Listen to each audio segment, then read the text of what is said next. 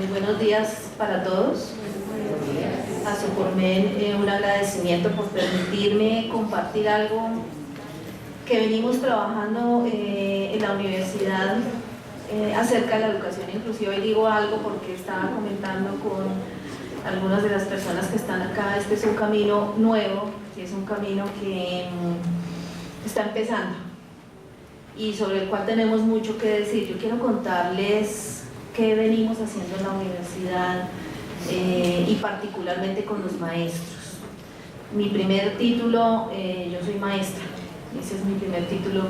Me hice maestra en una normal y creo que para los que somos normalistas esto es lo más bello. Entonces, para mí el título de maestra y de poder socializar con ustedes y que ustedes me permitan un poco contarles qué estamos haciendo desde un interés muy particular como es el mío propio, en términos de pensar qué está pasando con el aula, con los niños, con los maestros, con la humanización de la escuela. Entonces por eso nace, digamos, esta necesidad de hacerlo. Yo quiero quedarme con esta frase del profesor Miguel López Melero. El profesor es docente de planta de la Universidad de Málaga, España, y es un revolucionario, lo llamo yo, de la educación inclusiva. Es revolucionario.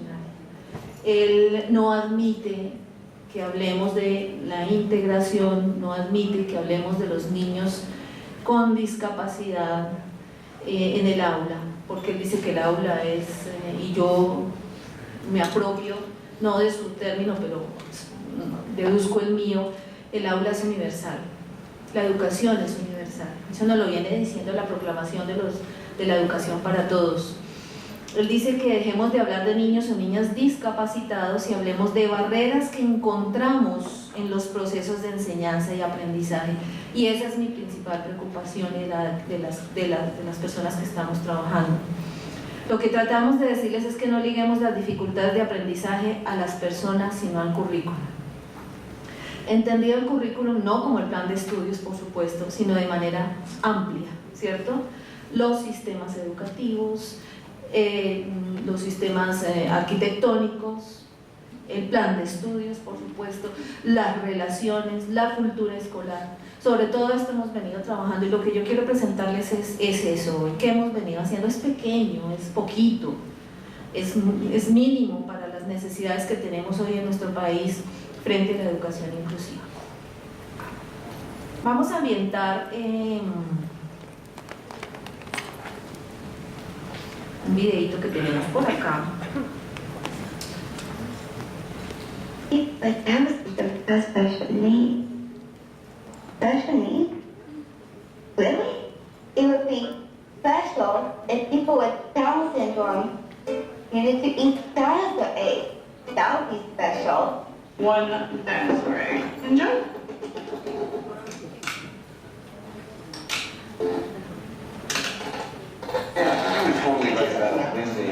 If we need to wear a giant suit of armor, that would be special. I got a condo in baby girl, let's get so y'all don't get the credit. So pop It would be special if we needed to be massaged like that.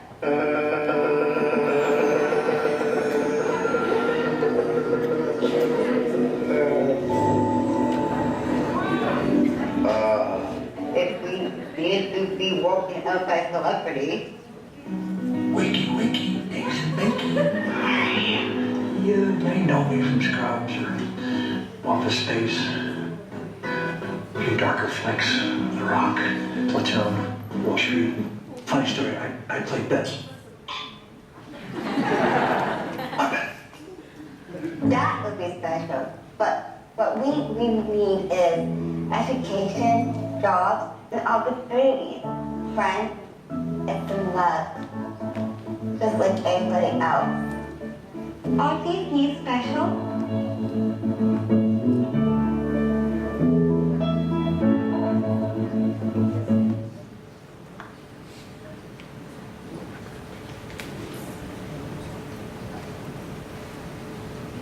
Bueno, bajo ese precepto que nos presenta el video es que desearía que nos enfocáramos y miráramos hoy esta posibilidad o esta interacción que tenemos. Yo sé que aquí ustedes tienen un vasto conocimiento sobre el asunto y si no lo tienen, tienen experiencia y creo que eso es muy respetable. Entonces, en ese sentido, solamente les quiero comunicar lo que venimos haciendo.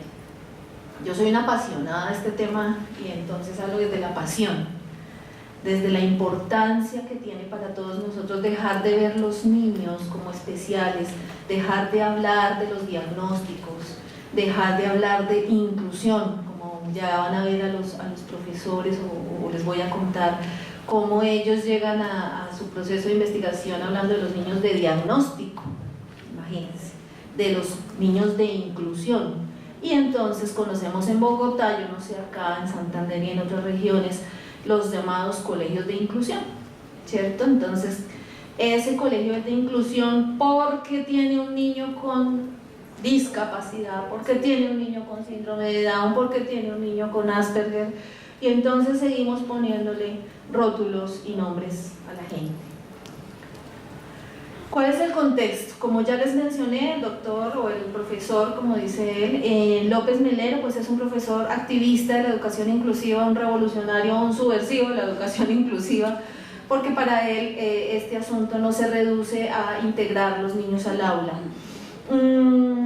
Nosotros venimos trabajando en la maestría en Ciencias de la Educación con el grupo de investigación Tendencias Actuales en Educación y Pedagogía, al cual yo pertenezco, en la línea de formación y práctica pedagógica. Esta línea se preocupa, pues como bien lo dice, por esa formación de los maestros. Nosotros formamos maestros posgradualmente, entonces estamos hablando de especializaciones y estamos hablando en particular de esta maestría y cómo las ciencias ayudan, otras ciencias y otras disciplinas ayudan a la educación. El momento específico del que yo quiero hablar es que dentro de nuestros estudiantes que recibimos en la maestría tenemos los estudiantes o las personas que vienen de la Secretaría del Distrito en Bogotá, de Educación.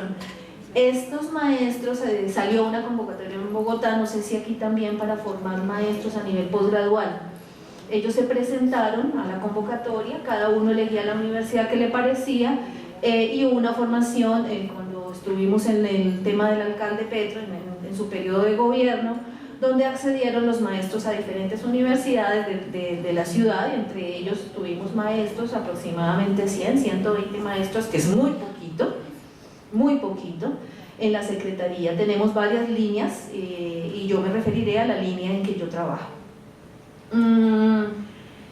Estos maestros ya les cuento cómo llegan. El asunto más importante que creo de que ustedes me permitan socializar estos procesos es que estamos haciendo investigación en Colombia, en educación inclusiva. Ustedes saben que la riqueza de la investigación en nuestro país en ese sentido es poca, ¿sí? Nosotros no tenemos investigación, entonces creo que la riqueza de lo que hacen los maestros hay que contarlo porque nosotros no contamos.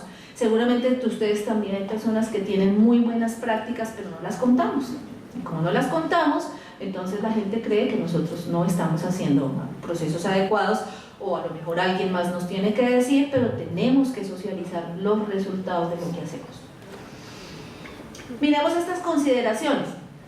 El concepto de la educación inclusiva, tal vez ahora Juanita me decía que ella lo va a socializar y no es el propósito, porque esto lo pueden ustedes mirar en el señor Google, como decía la profesora, pero sí miremos que empezamos en un tema de segregación, de exclusión, ¿cierto? En toda la línea del tiempo de la educación inclusiva y pasamos por varios del conocimiento, del concepto, del paradigma, pasamos por varios momentos de transformación, ¿cierto? Entonces, de la segregación, de la exclusión, pasamos a la época de la normalización, pasamos a la época de la integración y lastimosamente luego necesidades educativas especiales, necesidades educativas diversas, diversidad, en fin, ahí se desarrollan una serie de conceptos, pero si miramos, nosotros estamos en la época de la integración, pero decimos que hacemos inclusión, ¿cierto? Entonces, cuando ponemos, lo he visto con mis estudiantes de pregrado, porque también soy formadora de estudiantes de pregrado, en su práctica de educación inclusiva. Afortunadamente esto me parece maravilloso porque la universidad tiene una práctica de un semestre que se llama educación inclusiva. Creo que eso genera otras posturas. Pero encontramos hoy, 2017, 2016, 2015, aula regular, lo que conocemos como aula regular, que suena terrible, el niño sentado en la esquina, porque es de inclusión. Eso se llama integración, y ni siquiera alcanza a llamarse integración, ¿cierto? Entonces, que yo le quito actividades, que yo le cambio, que yo le pongo una hojita más fácil, lo excluyo. Y eso se llama exclusión, eso se llama integración. Que yo le reduzco los objetivos, que entonces en vez de ponerlo a trabajar sobre lo que está trabajando el otro grupo, yo lo pongo a hacer bolitas, a colorear. Eso lo he visto yo y lo han visto mis estudiantes, y eso es gravísimo. Y algo sobre lo que vengo trabajando, o lo que pretendo trabajar más bien sobre el doctorado, es el asunto de la educación como promotora del desarrollo. Y sobre todo algo que también se habla en salud, y es la humanización de los servicios, ¿cierto? Y acá el asunto de la humanización de la educación debe aparecer como un elemento fundamental de reflexión del maestro. Pero resulta que el mismo sistema nos lleva a lo que nos lleva el mismo sistema de salud, ¿cierto? A una deshumanización del servicio. ¿Cuánto sacó usted? 30 chinitos, ya me voy, sigue la siguiente clase. Y esto obviamente tiene unas prácticas, desarrolla unas prácticas muy complejas. De lo que yo les voy a hablar es utópico. Este es el salón, este es el aula ideal, esta es la escuela ideal sobre la que probablemente podamos pensar un poco. Otro elemento que aparece allí, lo menciona mucho el profesor Echeita, en todos los que seguramente todos lo han seguido, es acerca de las barreras para la participación en el proceso de enseñanza-aprendizaje. ¿Cuáles son esas barreras, cierto? Entonces, el maestro que no conoce, los recursos que no tenemos, los padres que no nos colaboran, la cultura escolar inclusiva, no tenemos cultura escolar de respeto a la diversidad. ¿Sí? Entonces, por eso en nuestros colegios tenemos bullying, porque no respetamos lo diferente. Nos envolvemos en un sistema neoliberal capitalista que nos dice y nos da parámetros homogeneizantes para todo, ¿cierto? Los niños de tal a tal edad hacen tal cosa, las personas de tal a tal edad hacen tal cosa, ¿cierto? Los niños regulares, esto es horroroso esta palabra, los niños regulares y los no regulares, los niños típicos y atípicos, o sea, es terrible lo que nosotros escuchamos, y esto lo escuchamos puede que aquí no, pero por lo menos en Bogotá sí, ¿cierto? En Bogotá sí yo lo escucho todo el tiempo, aquí no. Pues yo me voy a portar bien con los santanderianos porque yo sé cómo es esto.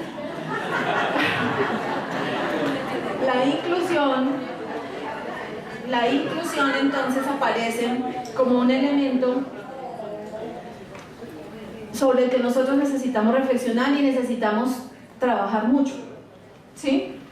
Y acá entonces aparece todo el tema de prácticas pedagógicas del maestro. ¿Cuáles son esas prácticas pedagógicas?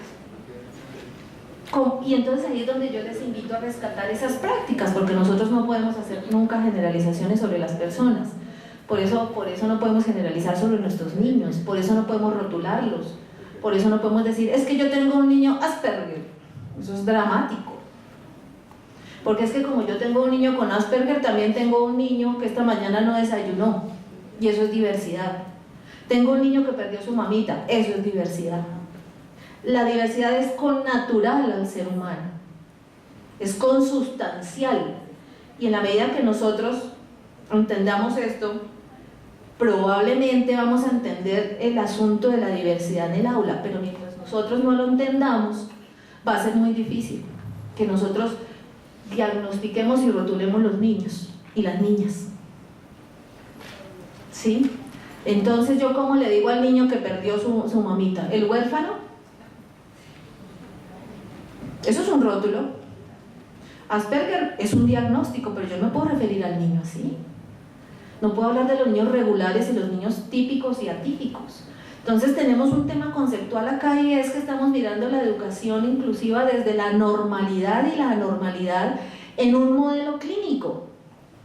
Y un modelo clínico que nos acompaña hace tiempo. Estamos hablando acá con el doctor un poco eso, ¿cierto? Pero él no, él como neuropediatra se le ocurre otra cosa y dice, oiga, los dispositivos básicos del aprendizaje sirven, ¿cierto? Pero para todos los niños. Cuando la doctora que me precedió hablaba, yo decía, es que esto no es para el paciente. O sea, en la escuela no tenemos pacientes, en la escuela tenemos niños y niñas. Entonces el maestro está un poco asustado buscando herramientas desde otras disciplinas que le permitan trabajar en el aula. Y resulta que él tiene sus propias herramientas y ya lo vamos a ver. Él tiene sus herramientas, él tiene una disciplina.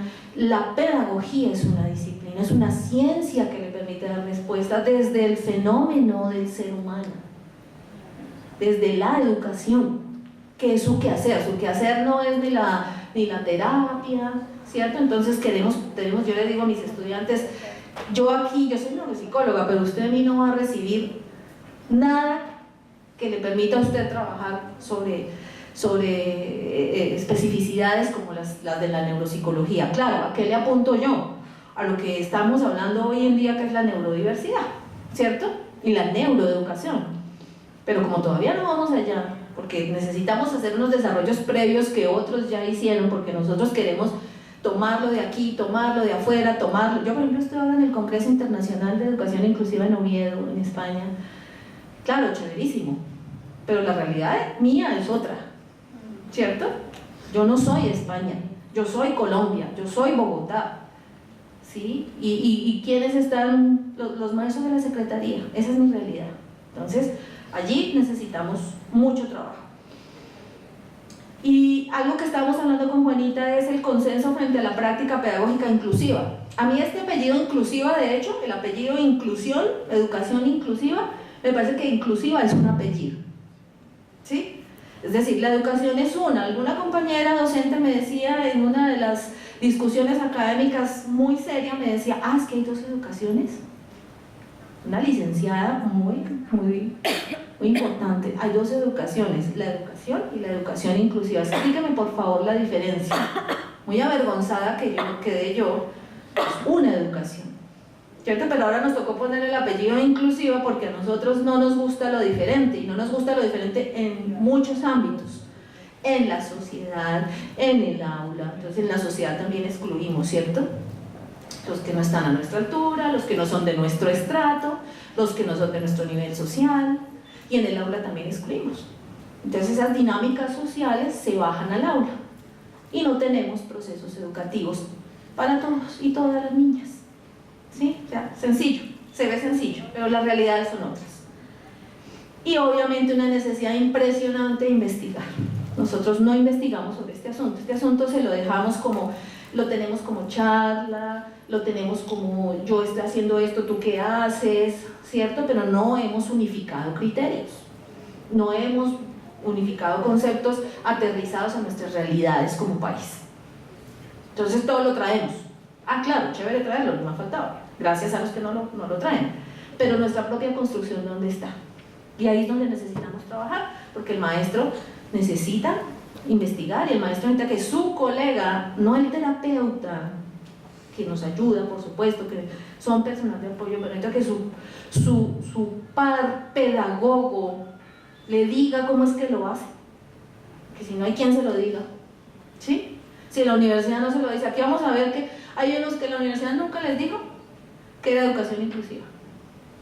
Vuelvo y digo, quitando, es decir, ese apellido tremendo, pero ¿cómo inicia esto? Entonces les cuento con la oferta de la formación de docentes de la Secretaría. Hago mención de los docentes porque son todos los que yo con los que hemos tenido interacción y hemos podido investigar. Pero tenemos maestros de la ciudad en general, ¿no? Gente y personas en la maestría que no son maestros, pero que están interesados en estos procesos. Ellos se presentan, nosotros presentamos las líneas de investigación, ellos llegan ya a la universidad después de la convocatoria, presentamos las líneas de investigación y ellos se van apuntando a cada línea de investigación. Y empezamos con un seminario de investigación permanente que cómo funciona, nos reunimos todos los sábados. Entonces todos los sábados ellos cuentan su experiencia. Cuando nos dice Stenhouse que reflexionemos la práctica pedagógica y que el aula es el laboratorio, para los pedagogos conocen a Stenhouse, ¿cierto? Que nos lo nombran mucho. Dice que el aula es un laboratorio que me permite a mí dar cuenta de lo que pasa, pero que si yo no investigo, si yo no escribo, si yo no llevo diario de campo, este famoso observador del alumno, en vez de tener todo ese reporte tan horroroso, ¿lo han visto? ¿O aquí en Bucaramanga no hacen observador del alumno? ¿En Bogotá sí? Ah, bueno. Resulta que ese observador del alumno es terrorífico, ¿cierto? Y si tenemos un niño que probablemente no lo hayan diagnosticado con trastorno por déficit con TDAH, pues esto es horrible, ¿cierto? Entonces aquí va el checklist de todo lo que él hace mal. ¿Sí? Que se para, que no sé qué, que le pegó, que dice que no pone atención, ¿cierto? Pero si esto fuera un diario de campo, tendría unas connotaciones totalmente diferentes, pero como no hacemos diarios de campo, como no escribimos, no podríamos pensar en que, ayer nos hablaban del refuerzo, ¿cierto? De una manera más aterrizada al aula, que es que yo le diga a un niño con trastorno por déficit de atención e hiperactividad, qué bien lo hiciste hoy. Hoy estuviste sentado 5 minutos. Eso tiene que ver con sistemas de recompensa y tiene que ver con dopamina, ¿cierto? Los reforzadores tienen que ver con dopamina directamente en el cerebro, con centros de recompensa. Por eso es que el refuerzo es bueno, si no, no sería bueno, ¿sí? Entonces por eso las neurociencias nos iluminan todo este panorama. Yo ya quisiera ir por allá, pero lo mío todavía es joven, casi que parvulario, diría yo. Entonces, en ese sentido, se me volvió el observador del alumno, mejor dicho, esto parece una cosa, además mandada a recoger, ¿cierto? Porque yo paso todo el reporte y ese es mi reporte al niño. ¿Qué le gusta a tu niño? ¿Cierto? Cuando yo entrevisto a un papito cuando va a evaluación neuropsicológica, me cuenta todo el prontuario del niño. Es que no me deja esto, no sé qué. Dime algo bueno de tu hijo. Profe, dime algo bueno de tu hijo, de tu estudiante. No lo logramos. Se demoran. Bueno, yo creo que... bueno, y de verdad lo piensan. Sí, por ejemplo, ¿no? Entonces, no... Ah, bueno, yo también, gracias. Bueno. Miremos acá, y ese seminario permanente que se desarrolla todos los sábados, tiene que ver con algo que ya les voy a mostrar. Entonces las maestras hacen una autobiografía, por ejemplo. Entonces se cuentan la historia. Entonces es que yo en mi práctica he hecho esto, he hecho aquello, he hecho lo otro. Miremos, por ejemplo, una autobiografía de una profe. Miren que no es nada del otro mundo, es sencillo, ¿cierto? Cuando les decimos a la maestra, oiga, narre su experiencia, cuénteme su experiencia, es para ver qué ha hecho ella, qué sabe hacer ella, cómo lo ha venido, que sabe hacer mucho. Nuestros maestros saben hacer mucho. Nosotros tenemos unos mitos alrededor del maestro, ¿cierto? Y particularmente el maestro público. Es que es flojo, es que se la pasa en el paro, es que no hace nada, es que trabaja solo 4 horas. Yo quisiera tenerlos a ustedes allá 2 horas en un aula con 40 chinos, ¿cierto? Y hablamos. Entonces tenemos unas concepciones acerca del maestro, que unos mitos, y necesitamos desmitificar eso que está pasando en el aula. Entonces, por ejemplo, esta maestra dice, por ejemplo, miren esto tan lindo, narrar mi experiencia y plasmar en un papel el camino que he construido en estos años es un poco difícil, porque cuando yo les decía, venga, hablemos de su práctica, pero cuando me pregunto por qué decidí ser maestra, entonces ella empieza a contar todo eso tan lindo. Yo me sentí identificada con ella porque yo empecé en la normal cuando tenía 11 años, imagínense. Entonces yo digo que no sé hacer otra cosa que la educación. Yo me moriría de hambre en otro ámbito. Y ella empieza a contar unas cosas muy lindas. Se volvió bachiller pedagógico y empezó a trabajar. Ella ahorita es maestra de un colegio en Bogotá, en el cual tiene niños entre sus estudiantes, niños del conflicto, tiene niños con muchas dificultades de vulnerabilidad. Gerardo Cheita dice que debemos ayudar mucho a los niños con mucha vulnerabilidad. Yo quisiera que nosotros transformáramos ese pensamiento para hablar de todos los niños y las niñas, ¿sí? Que sería lo ideal en nuestra aula. Entonces ella dice que con los niños con hipoacusia que ella tenía, Es una maestra prodigiosa, es una maestra maravillosa porque ella se inventa todas las estrategias para trabajar con los niños. Y no desde afuera, desde su quehacer pedagógico. Por ejemplo, ellos hacen una investigación bellísima de estrategias didácticas. Yo les digo, hablen de su quehacer, no me hablen de otras cosas que ustedes no saben. Hable de lo que usted sabe y va a ver que hay una riqueza conceptual en su formación como pedagogo que le va a permitir universalizar la educación en el aula. Hay una riqueza grandísima. Entonces ella empieza a narrar. Ella cuando hace su narración dice, yo pensé que yo sabía o que mi práctica era la mejor, pero cuando me doy cuenta cómo estoy yo tratando a los niños, entonces allí ella, o como tratándolos, sino cómo se piensa el acto educativo de ella y cómo está trabajando, entonces ella allí se hace muchas preguntas. Ahora que está trabajando con sus niños con hipoacusia, pues que entre otros tiene niños con hipoacusia, pues obviamente ella digamos que ha logrado otras cosas a partir de eso que se está pensando allí. Y así, entonces esta es una de las cosas que ellos hacen, entonces todo el tiempo están reflexionando. Aquí, por ejemplo, miren lo que cuenta, dice, al poco tiempo este proceso que llevo con mis estudiantes nuevamente se ha afectado por la angustia e incertidumbre de una maestra con un poco más de experiencia, pero muy novata para interactuar con niños sordos que llegaron al aula. Preguntas como cómo les voy a enseñar, cómo me voy a comunicar con ellos, seré capaz de enseñar, qué les voy a enseñar, invadieron mi pensamiento y reflexión. Entonces me dije, manos a la obra. Recibí con mucho temor, pero con agrado a Sebastián y a Carlos. Yo creo que esas son las preguntas que nos hacemos todos los maestros que hemos tenido, esas particularidades, que como digo, no son las únicas particularidades, son muchas, porque entonces ¿yo qué hago con ese niño que ha perdido la mamita? De él no hablo, aquí no lo tengo, ¿cierto? Es más, el Congreso no tiene esa modalidad, pero eso es una realidad en el aula. Lo primero, aprender a velocidad muchas cosas simples en lengua de señas. Entonces ella hace su propia búsqueda aprendiendo lengua de señas. Pero cómo preguntarles, cómo explicarles, ella siempre se preguntaba esas cosas. Esto se lo cuento porque es parte de ese proceso de reflexión que ellos permanentemente hacen, ¿sí? Hacemos muchas cosas, hacemos matrices, hacemos diarios de campo, donde nosotros miramos también la observación, la propia, en este caso de la autobiografía, pero en el otro caso, lo que hacen mis compañeros, porque pues la investigación, estamos hablando totalmente de investigación cualitativa, ¿cierto?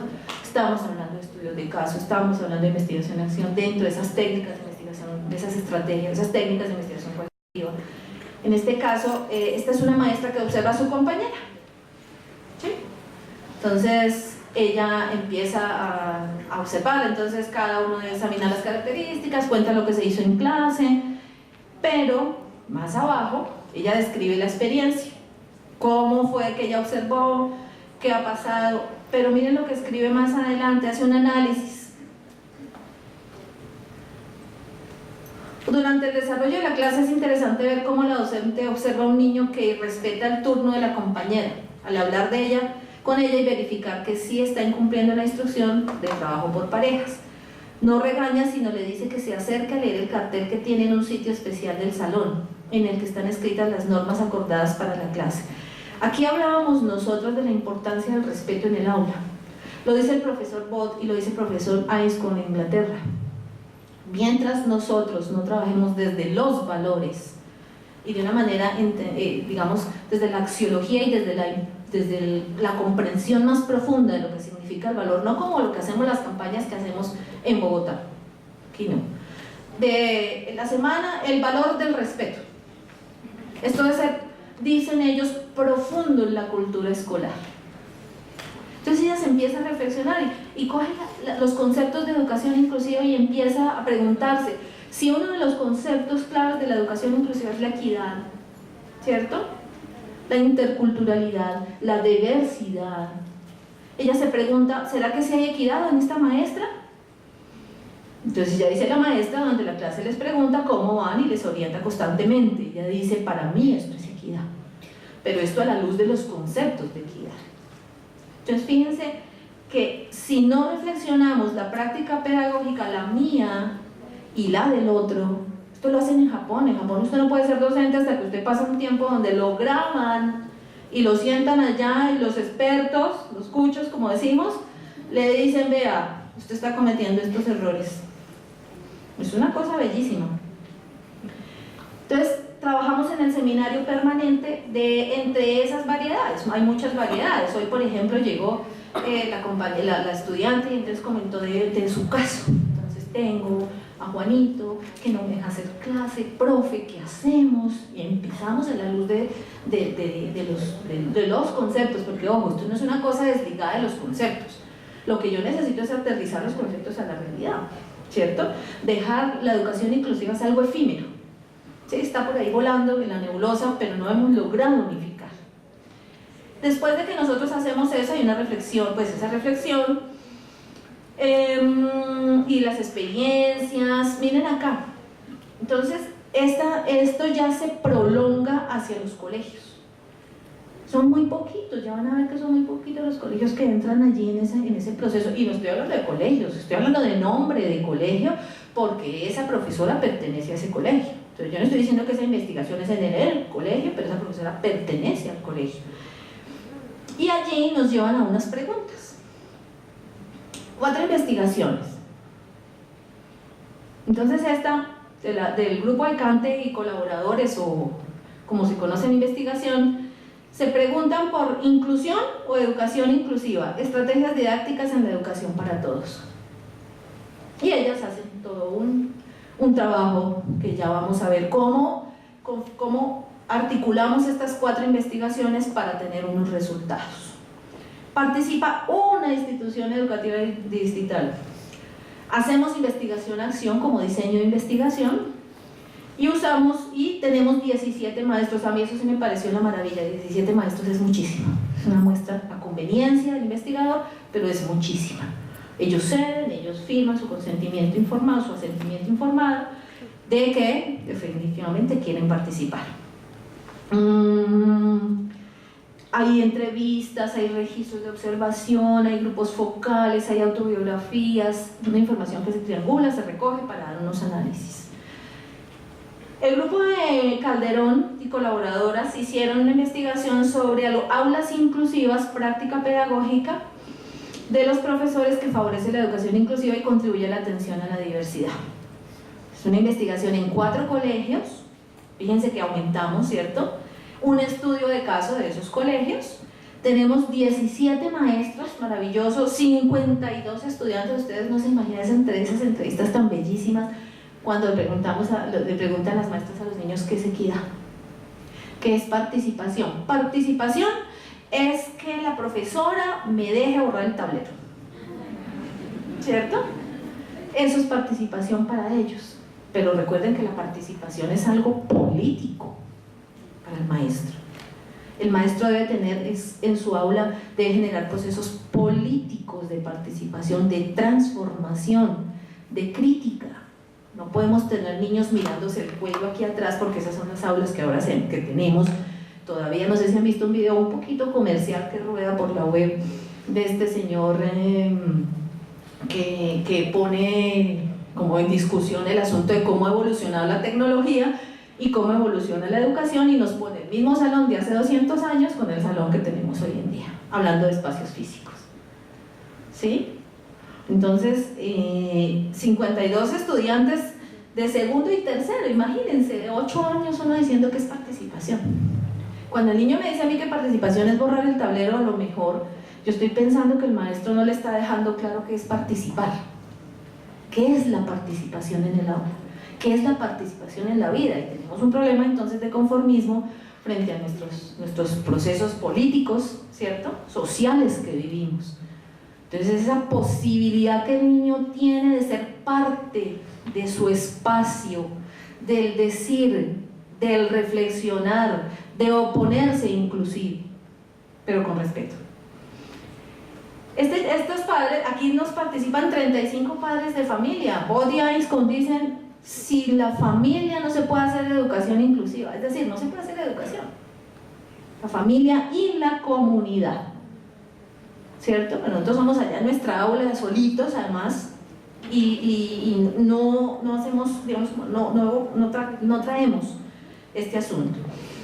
Arriaga trabaja en algo muy lindo que es la cultura escolar y la educación inclusiva, un camino hacia la diversidad. Ustedes saben que este tema de cultura arranca en todo el tema de cultura organizacional. Y cuando ellas empiezan a revisar el asunto, se preguntan, ¿cómo así cultura organizacional? Muy bravas además, ¿no?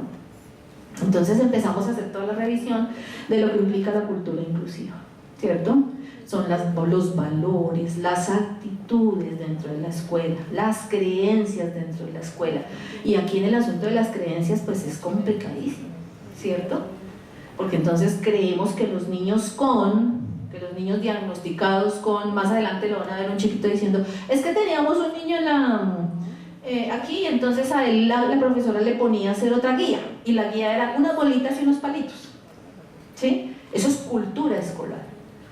¿Cómo recogemos, cómo nos relacionamos, cómo nuestros niños que llamamos regulares, mal llamados regulares, se relacionan con los niños que tienen algún diagnóstico, algún rótulo, un motete, como diría el profesor López? Cómo los chiquitos no pueden entender esa diversidad, cómo les cuesta. Y en los llamados colegios de inclusión vemos el niño en la hora de recreo solito. Un profesor en Oviedo presenta una ponencia muy linda sobre el recreo del niño ciego. Bellísimo, bellísimo. Porque entonces este maestro tiene que ponerse a jugar con el niño, porque su par no quiere jugar. Porque entonces los que tenemos X situación no podemos ser parte de, y esto es un tema social, no es un tema solo de la escuela. Y aparece entonces una investigación de etnografía, 10 maestros, miren acá a quién incluyen, directivos, 5 directivos, 44 estudiantes de los chiquitos, 5 a 8 años opinando sobre educación inclusiva. ¿Ustedes se imaginan esto tan divino? ¿Ustedes se imaginan un chiquito hablando de igualdad, de participación, de diversidad? Esto es maravilloso. 10 padres de familia y instrumentos que por lo general, digamos, que tienden a hacer las observaciones, los grupos focales, historias de vida, narraciones. El grupo de Calle que investigan sobre esa práctica pedagógica de los maestros de ciclo 1 y 2. Aquí hay un tema interesante y son las concepciones que tienen los maestros sobre educación inclusiva. Y se le pregunta a maestros de mucho bagaje y de mucho tiempo qué es tener niños con necesidades educativas especiales en el aula. ¿Ya vieron lo de las necesidades educativas? ¿Cierto? No queremos eso, no queremos pensarnos la educación desde allí. 15 maestros, un directivo, fue complejo que la gente quisiera participar. Ahora miremos qué hicimos o qué hice con esas investigaciones. Usé un método que se llama investigación cuantitativa, muchos lo saben del metaanálisis, pero para nosotros en investigación cualitativa lo llamamos la metasíntesis, y es tomar investigaciones y generar otros conocimientos, nuevos conocimientos, a partir de lo que hicieron los maestros. Ese método metasíntesis llevó a la pregunta motivo de este congreso, y es: ¿otra escuela es posible? Pero no solo con esto, sino que yo escuchaba en Oviedo y yo decía, ¿otra escuela será posible? Esa es mi utopía, eso es lo que yo quiero pensarme, pero no quiero que se me quede en el pensamiento, quiero investigar para el asunto. Reflexionar y transformar la práctica pedagógica. Entonces categorizamos esas 4 investigaciones, digamos que buscamos cómo categorizar cuando ustedes ven en la presentación talentos para formar maestros, que lo ven ahí en la presentación donde nos dicen que cuáles son los temas. Formación y talento para ser maestros. Ayer una maestra tal vez decía que había que ser artista, ¿cierto? Entonces esa información la categorizamos 63 hallazgos probablemente me dicen cómo sería ese talento de toda la información que recogieron estos maestros. 63 hallazgos quiere decir 63 unidades de análisis o intervenciones que hace una persona, ¿cierto?, sobre la que yo rescato información y yo digo, esto es talento. Ya vamos a ver por qué. Reconocimiento y respeto a la diversidad en todas sus manifestaciones sería otra categoría que nos agrupa la información. Humanizar y vivir la escuela inclusiva y eliminar las barreras para el aprendizaje. 19 hallazgos nos dicen que tenemos que eliminarlas, pero miren los hallazgos más importantes. 63 nos dicen que necesitamos formación y talento para ser maestros, y el talento implica disciplina, ¿cierto? Talento viene acompañado de disciplina. ¿Y qué implica disciplina? Investigar, escribir, dar a conocer, reflexionar, no salir de la aula sin preguntarse cómo, qué pasó. Yo les pregunto a mis estudiantes de posgrado en la maestría en neuro, cuando salimos de práctica, ¿cómo te sentiste hoy? ¿Qué hiciste hoy? ¿Cómo lo hiciste? Eso es reflexión. Bueno, miremos en la categoría de formación del talento para ser maestros.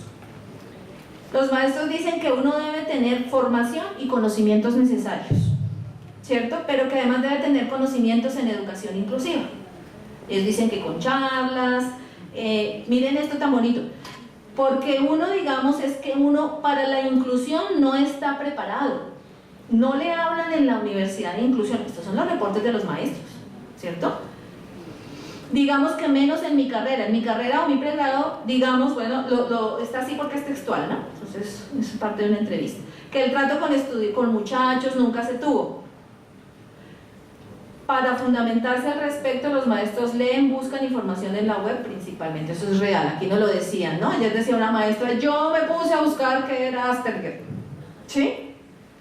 Así se formaron. Pero mire, la maestra dice, esos niños de inclusión. Los niños y las niñas no son de inclusión, son los niños y las niñas, punto. ¿Sí? Es como si nosotros fuéramos maestros de inclusión. No somos maestros, somos maestros y maestras, terapeutas, etc.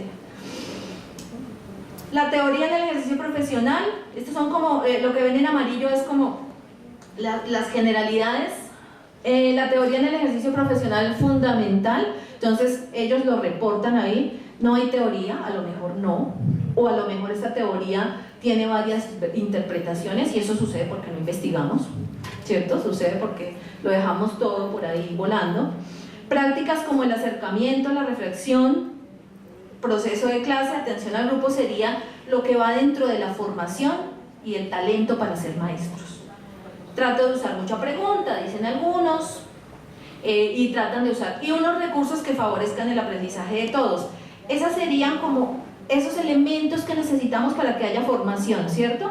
Uso de recursos, acercamiento, hablan muchos del acercamiento al niño, a la niña, atención al grupo. Hay una maestra que dice, es que si no trabajo con el grupo me fregué, y eso lo dice el profesor Puyolas, por ejemplo, en todo el asunto de trabajo en cooperativo. Si no hacemos trabajo cooperativo en el aula nos fregamos, ¿cierto? Porque es lo que posibilita la interacción entre todos los niños sin que yo diga, ay, ¿dónde siento el de Asperger hoy? ¿Cierto? ¿Dónde siento el niño producto de víctima de nuestro conflicto? ¿Dónde siento el niño que no ha comido hace 5 días? Porque es que esas son las realidades del aula. Esa es la diversidad. La diversidad no es tener un niño con discapacidad. Eso no es diversidad. Formación y talento, seguimos. Miren lo del aprendizaje cooperativo y trabajo en colaboración, dice trabajo en equipo. Es la mejor manera de aprender y de hacer aportes al intercambio entre pares. Esto lo dice la investigación de Cante. La creatividad, ayer nos lo decían, para ser maestro hay que ser un artista. Y el fundamento del artista es la creatividad. ¿Sí? Y nos decían, creatividad para acercar el aprendizaje, oiga esto tan lindo, para acercar el aprendizaje a los estudiantes, ¿sí? Motivación de los docentes. Entonces, 26 acciones se encontraron porque también hacemos observaciones, ¿cierto? Con el Atlas TIA hacemos todo un panorama de los videos, los segmentamos para poder ver cuáles son esas acciones que yo puedo decir, es que motivan, es que cautivan, porque sí las hacen los maestros. Cuando al maestro se le devuelve esta información, le dice, ¿y yo hago eso? ¿Sí? Entonces rescatamos toda esa información, hacemos reforzamiento. Aquí tenemos el compromiso, surge un tema muy lindo allí, el compromiso pedagógico inclusivo. ¿Qué será? Respuesta que deben dar a las necesidades, expectativas y exigencias sociales que se hacen a los niños, a los otros. Miren que aquí ya nosotros hablamos de expectativas. Todos los niños tienen expectativas en el aula. No son las mismas las de Pedro que las de Juan. Yo aprovecho para darles explicaciones, realizar seguimientos a aquellos estudiantes que aún presentan dificultades, que se distraen. Entonces, y aquí se rescata un elemento para ser un talentoso de la educación y es la actitud del profesor que favorece el aprendizaje. El talento tiene que ver con la actitud del maestro. ¿Qué voy a hacer yo con este chino que me metieron en el aula? Hay maestros que dicen, ay no, le dicen al coordinador porque en el distrito hay esas posibilidades. Uno en el privado le tocó porque le tocó, ¿cierto? No le pregunta, el dueño del colegio no le pregunta si uno le pregunta si quiere. En el distrito tenemos la posibilidad, a mí no me vaya a poner ese niño en el aula. Imagínense, ¿cierto? Yo no sé nada de inclusión, ¿cierto?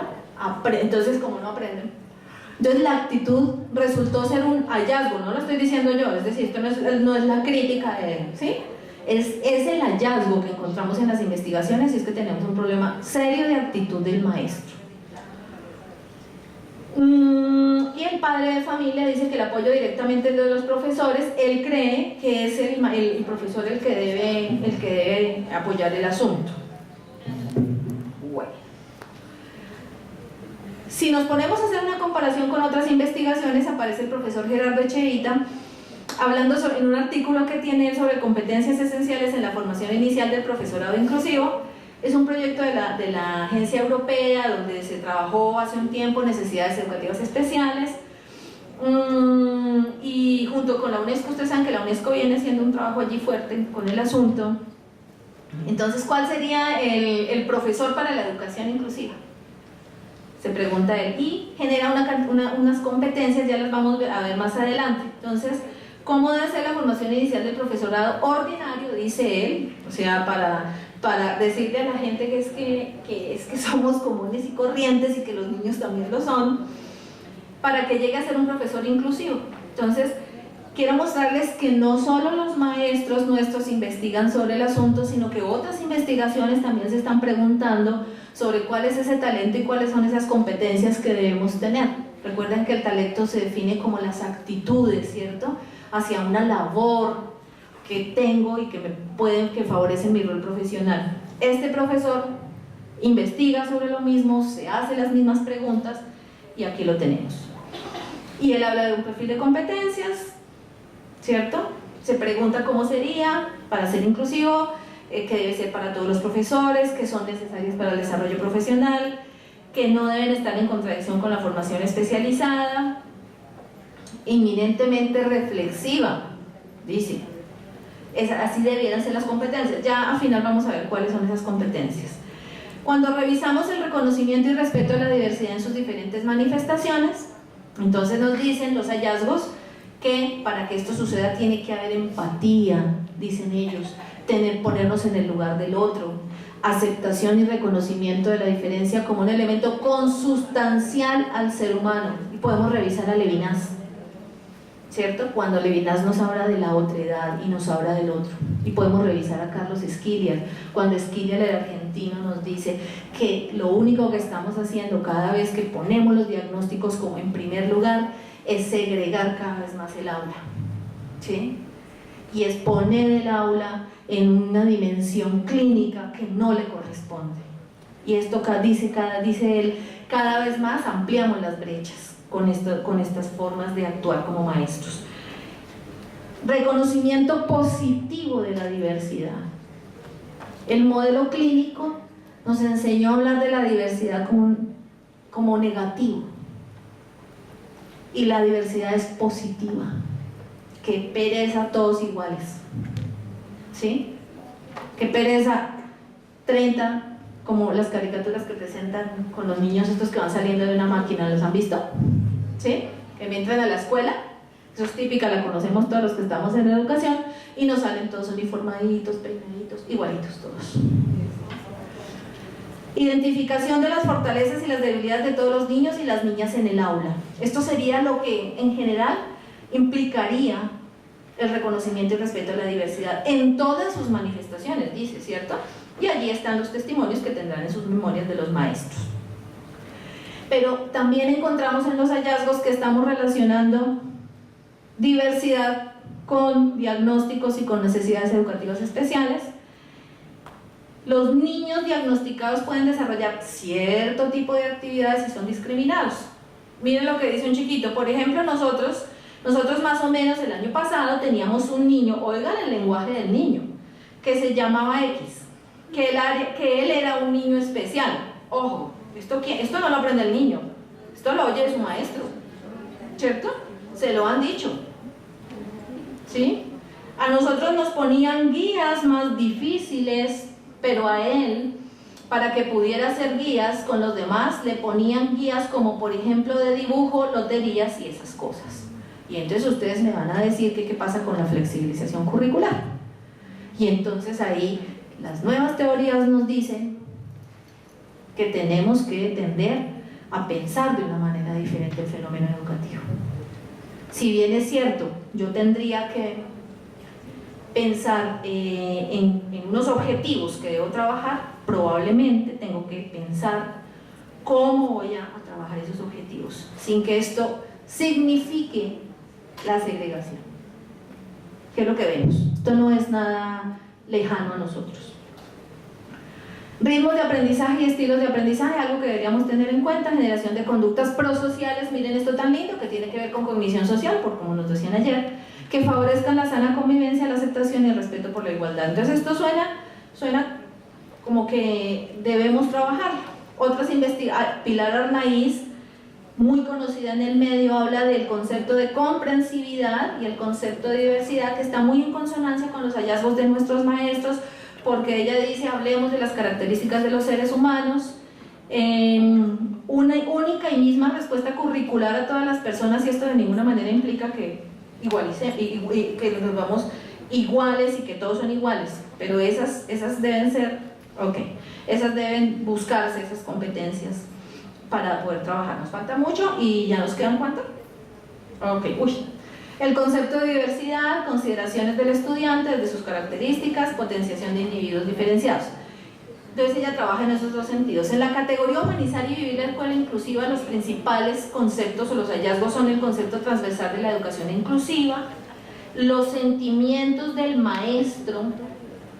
El maestro siente, el maestro vive, al maestro le duele y tiene su propia vida. Y algo muy lindo que sale allí es la consideración del niño como el ser humano que es, no como el diagnosticado.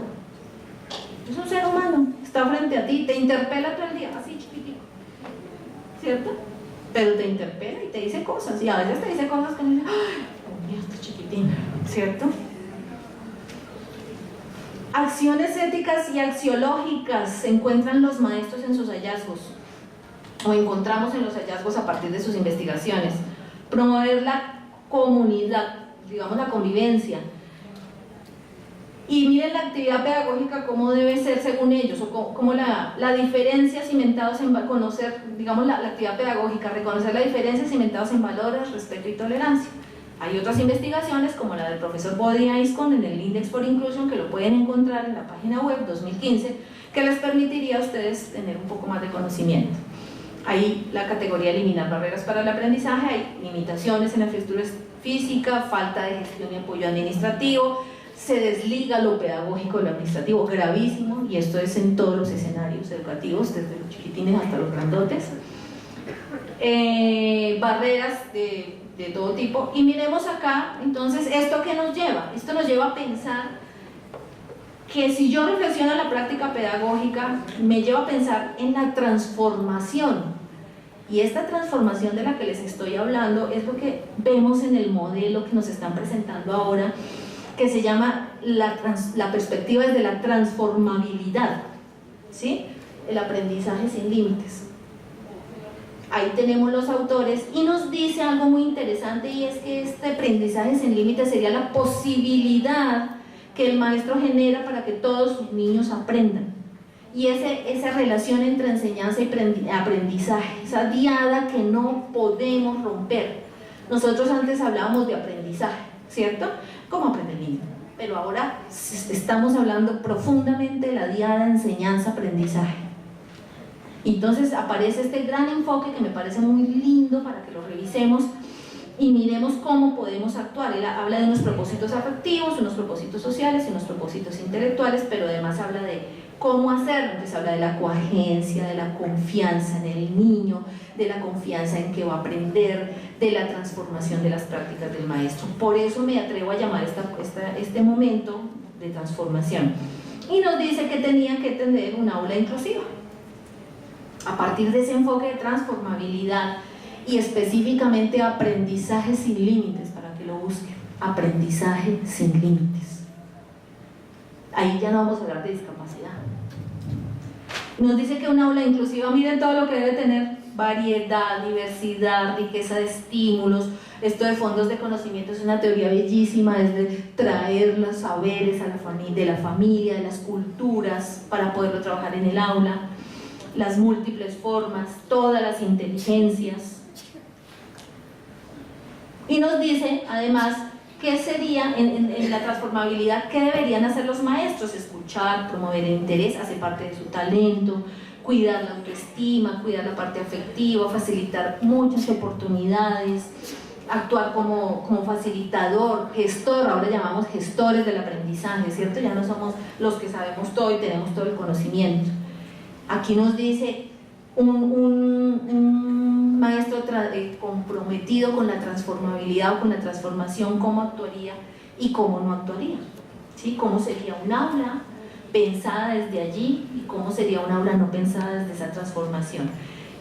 Y nos habla de ese perfil de competencias del que les hablaba actualmente. Entonces dice que tiene 4 elementos, dice el profesor retomando lo enunciado antes: valorar la diversidad del alumnado, el estudiantado, apoyar a todos los aprendices, no solamente a unos, trabajar con otros y cuidar el desarrollo profesional y personal. Mi conclusión es que la buena noticia que les tengo es que otra escuela es posible. Esto me dice a mí que otra escuela es posible, pero necesitamos definitivamente transformar. Esa es la palabra, por eso lo colocamos allí y por eso el enfoque. Es un enfoque y es un paradigma que tenemos que revisar conceptualmente. No es algo que se me ocurrió poner allí por casualidad, es porque la transformabilidad, que tiene una serie de elementos teóricos, es lo que me va a ayudar a mí en mi práctica pedagógica como maestro. Y el profesor Gerardo nos dice que estamos cortos, que nos falta, nos invita, como nos invita también el profesor López, políticamente a mejorar estos procesos y a consolidar, conceptualizar, que es lo que nos hace mucha falta. Muchas gracias a todos.